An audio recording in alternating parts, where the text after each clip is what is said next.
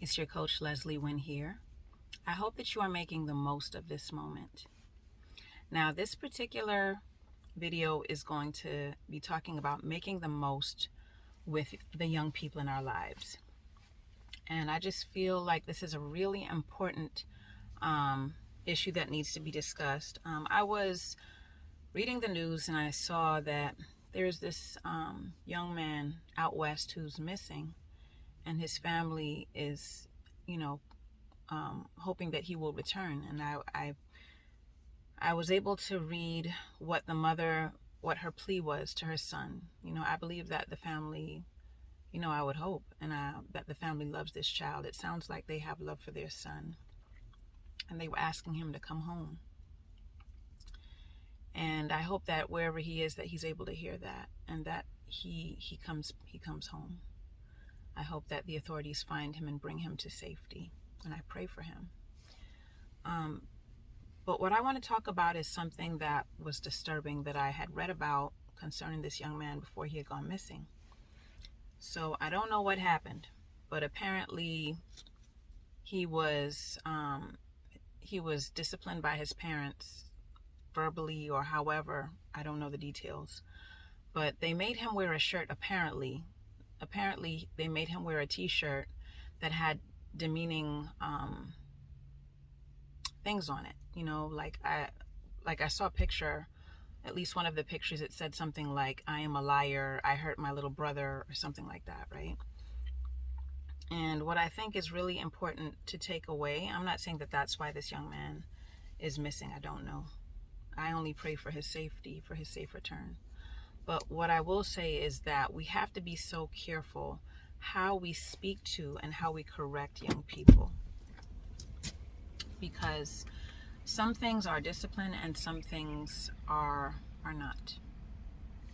So the purpose, we have to look at what our purpose is. Do we want to correct this person and guide them onto the right path in a way where they still have dignity, where we are building them and not tearing them down? I would hope that that's the intention, right? Because if we're doing those things, then we're not causing this person to feel more ashamed or to feel like they're less than or like they're a failure. And we're not putting them in a position where they feel as though they have nowhere to turn. Okay? So it's not advisable. It's not good. I'm going to cut the euphemisms, because in all honesty, when I saw that picture, it really hurt my feelings. And I was actually just angry, because that is not how you correct a young person. It's not how you do it.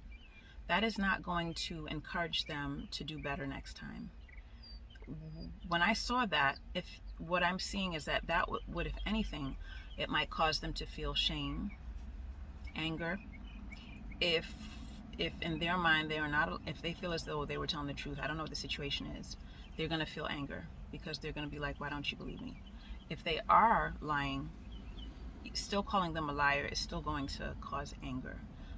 They're going to feel as though they're unheard, because if he was angry enough to do what they accused him of doing, okay, you might want to get to the bottom of why he did hurt his little brother without making him wear a shirt where he's calling himself a name, and where you are having him wear a scarlet letter, so to speak. That is not correction. That's just putting shame on people. And that doesn't work if you're trying to actually course correct a person. So I think it's really important that we consider what our motives really are. Are we just angry and we want to shame this person? Because that's what that looked like to me.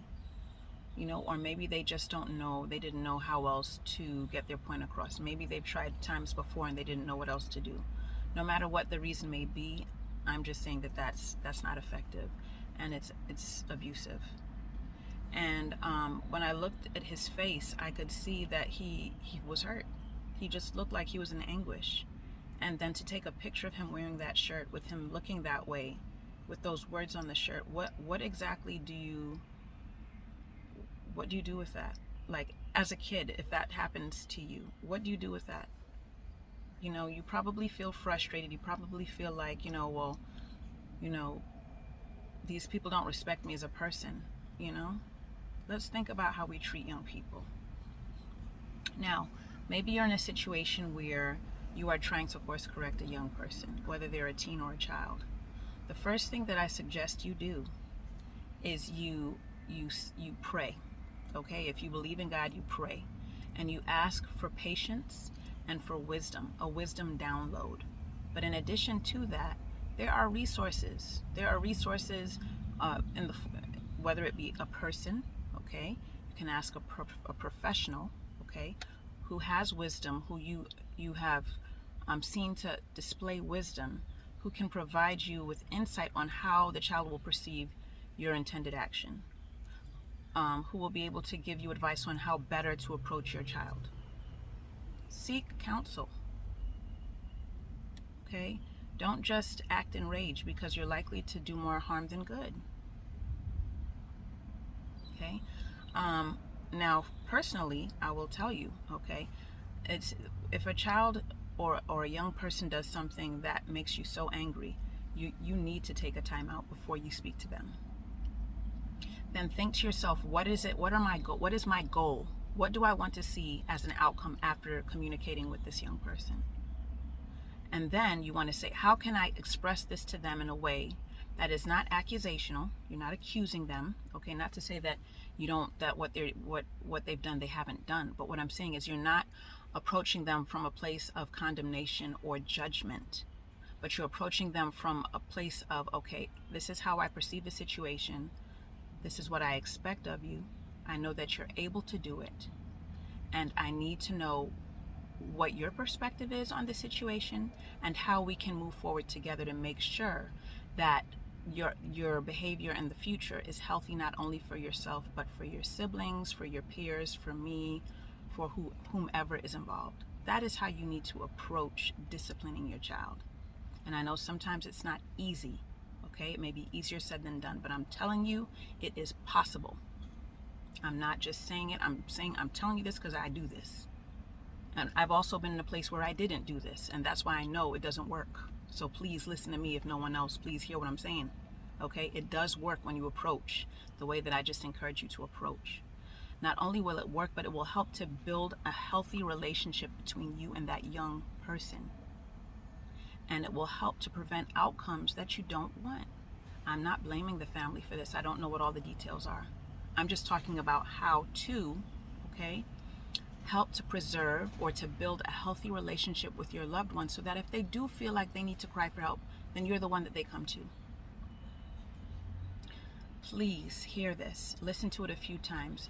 If you heard this for the first time and you were ready to go off and say, you don't know my child, or you don't know what that child was like, you never know what that family went through, that for me is a litmus test that you need to listen to this video again. Because when it comes down to it, it doesn't matter what that child did.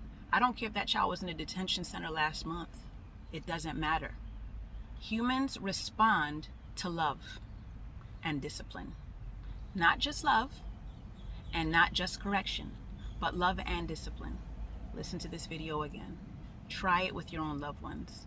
And if you do it with consistency, I bet you'll see a more positive outcome with you and with your children. Love and blessings to y'all. Take care.